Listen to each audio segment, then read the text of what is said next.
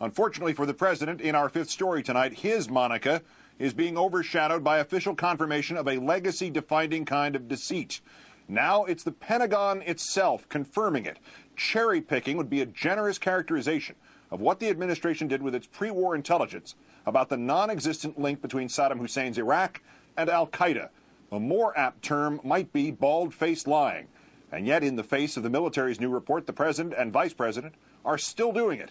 Mr. Bush, having addressed troops at California's Fort Irwin day before yesterday in a speech in which he justified the invasion of Iraq explicitly in terms of post-9/11 self-defense, even though we now know his own Defense Department strained to find evidence of such a link without success.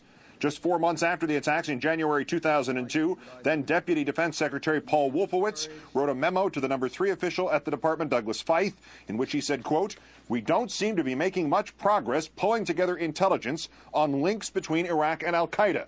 That memo contained in a declassified report now released by the Pentagon's own Inspector General. The report also all but confirmed that Saddam's regime was not directly cooperating with al-Qaeda before the invasion. Yet you would not know that listening to the vice president yesterday. As the report was being prepared for public release, Mr. Cheney, back on tour, singing his #1 hit from 2003, telling listeners of comedian Rush Limbaugh's radio show that al-Qaeda was operating in Iraq before we ever launched the war in Iraq. Remember Abu Musab al-Zarqawi, Jordanian terrorist, al-Qaeda affiliate, ran a training camp in Afghanistan for al-Qaeda, then migrated after we went into Afghanistan and shut him down there. He went to Baghdad, took up residence there before we ever launched into Iraq, organized the al-Qaeda operations inside Iraq before we even arrived on the scene, and then, of course, led the charge for Iraq until we killed him last June.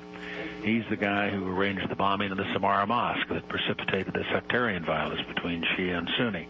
This is al-Qaeda operating in Iraq, and as I say, they were present before we invaded Iraq. We will not play how many things were wrong in that statement. Let's instead turn to Roger Cressy, top counterterror official at the Bush White House till September 2003. Before that, similar capacities for President Clinton. Now a security consultant and, of course, terrorism analyst for MSNBC. Roger, good evening. Good evening, Keith. This is a question I seem to be asking more about Attorney General Gonzalez these days, but tonight it appears to apply to that vice president. In the face of this Pentagon report, released on the same day as those comments that Mr. Cheney made to Limbaugh, would not the vice president appear to be either woefully out of touch or bluntly a liar? Well, at the very least, he's delusional, Keith. And as we've seen before, the vice president doesn't let facts get in the way of any argument he makes on Iraq. Simply put, he still believes what he thought was true in 2002, 2003. We now know that was not the case. And regardless of what other information comes out to prove him wrong, he's sticking to his guns. Says more about him and his unwillingness to listen to anybody else than it does anything else. Your colleague, Richard Clark, has spoken at length about the pressure that President Bush put upon your office to look for a link between Iraq and the 9/11 attacks, even after being told that there didn't seem to be any link. Does that make you even more surprised that 5 years later, both Mr. Bush and Mr. Cheney are still beating this Saddam al-Qaeda drum even harder and louder than ever before? Well, you think how bad things have gone in Iraq. What else do they have to beat? I mean, it really says more about the state of things in Iraq today that the vice president is still insisting a flawed and faulty argument in 2002 and 2003 is valid today. I mean, what you have, Keith, is you have the vice president and a small band of fellow Kool-Aid drinkers who refuse to accept the reality that there never was state sponsorship by Saddam Hussein of al-Qaeda and Osama bin Laden. Were there contacts between al-Qaeda and Iraq? Yes. In the 1990s in Sudan, but that did not translate into state sponsorship in 2003. In effect, what the vice president has done, he's taken 2 and 2 and come up with 2,000, and we've seen that all throughout the Iraq endeavor. Was there anything in that report from the Pentagon, Roger, that we did not know before, or does the provenance of the report by itself kind of validate for history what this government has done? I think it does validate what we've seen in prior reporting. But what's amazing, Keith, when you step back and look at Iraq right now is the administration has created a self-fulfilling prophecy through its own mismanagement and ineptitude. There is an al-Qaeda presence in Iraq today. It's pretty strong. It's going to be there for years to come. And the fact that the vice president is now pointing to this self-fulfilling prophecy as justification for not changing our policy in Iraq is just mind-boggling. I mean, they, in effect, helped create the very circumstances that allowed al-Qaeda to establish links inside Iraq. It's just stunning. And speaking of self-fulfilling, the Vice President mentioned Zarqawi. When it comes to the damage done by the administration's actions, do we have to look any further than the fact that the administration never pulled the trigger on taking Zarqawi out because it wanted him to make its rationale for this war? Well, think back in 2003 and 2002 and 2003, Zarqawi was operating in a terrorist camp in Kerma in northern Iraq, a part of Iraq that was not under Saddam's control. The administration had information, intelligence that he was there. They could have attacked that camp. It was part of their policy of preemption against terrorist facilities. It would have been completely justified. They chose not to do it because they thought building the broader case, the international case to go to war with Iraq was more important. Now think what would have happened if they attacked that camp and maybe have killed Zarqawi. Think of the 100 of American soldiers that would have been alive today if Zarqawi was killed in 2002, 2003. Roger Cressy, MSNBC terrorism analyst. As always, Roger, great thanks for your time. All right, Keith, thank you. And for more on the political implications of the new Pentagon report, let's now turn to our own Dana Milbank, national political reporter for the Washington Post. Good evening, Dana. Hello, Keith. If even now, in the face of this overwhelming evidence, not just that link doesn't exist, but that the administration knew it didn't exist at the time it had been hyping it, how can the president and the vice president keep making that claim with a straight face? Well, it has this delightful Rip Van Winkle quality to it, doesn't it? Nothing that seems to have happened over the 5 years that we've seen seems to reflect itself, particularly in the vice president's rhetoric. The president himself is more careful to dance around it.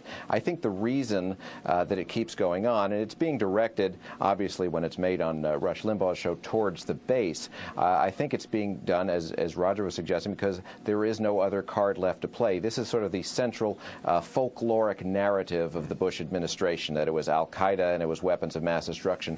Once those are gone in the public imagination, there's no recovering.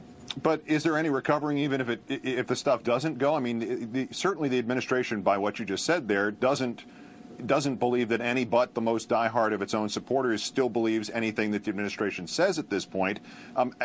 What use is holding up this imaginary excuse for war? How much worse could it get for them if they said, hey, we were really, really wrong? You wonder.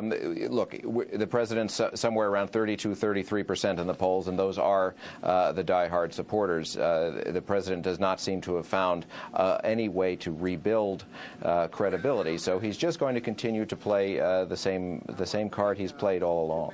So practically, is anything going to happen after this? I mean, the Pentagon report was only released to the public because Senator Levin of Michigan requested that it be released. Could there now be some sort of push to investigate the pre-war intelligence claims by this administration? I mean, that phase 2 of Pat Roberts' Senate investigation into those claims never seems to have happened. Might it happen now? Yeah, I think it will, because Senator Levin has said it will. He said this last month, that they intend to continue with Phase 2, that they want to look at Doug Feith's office. Now, in the Pentagon, this is the office that created this. It wasn't really an intelligence report. It was really a bullet points, talking points, making the case, al-Qaeda and Iraq. So he has said that they will indicate that they will go further into this. The question is, how much more can they really come up with here? We find out that in September of 2002, Scooter Libby, the Vice President Chief of Staff, is being presented with what is essentially propaganda. 16 of the 25 central conclusions in it were refuted in real time by the Central Intelligence Agency. All right. Lastly, the political end of this in terms of looking forward. Is there anything in here that might drive the remaining Republicans who would be thinking principally of Mr. McCain running in 08 to continue to support the White House? How are they going to be affected by a report like this when people can just sort of roll it up into a ball and hit them over the head with it? And that's exactly what they've been doing in terms of the polls with John McCain right now. He's scheduled what he's calling a major speech at VMI, a military academy in Virginia, for next week on Iraq. Very hard to see how he gets around this, because, as we were indicating, the two central underpinnings of the war, the weapons and the al-Qaeda link, have now been completely decimated. It's completely unclear how he can recover, even though he's dealing with a fairly weak field, with Romney having troubles with his hunting and Giuliani having troubles with abortion. It's really an extraordinary situation. Well, given that McCain is going on 60 Minutes to essentially say that all the stuff that he said about how safe that market was in Iraq was wrong, maybe someone will come out and just say, I screwed up. We'll find out. I'm not holding my breath. Dana Milbank, national political reporter for The Washington Post. As always, Dana, great thanks. Have a good weekend. You too. Thanks.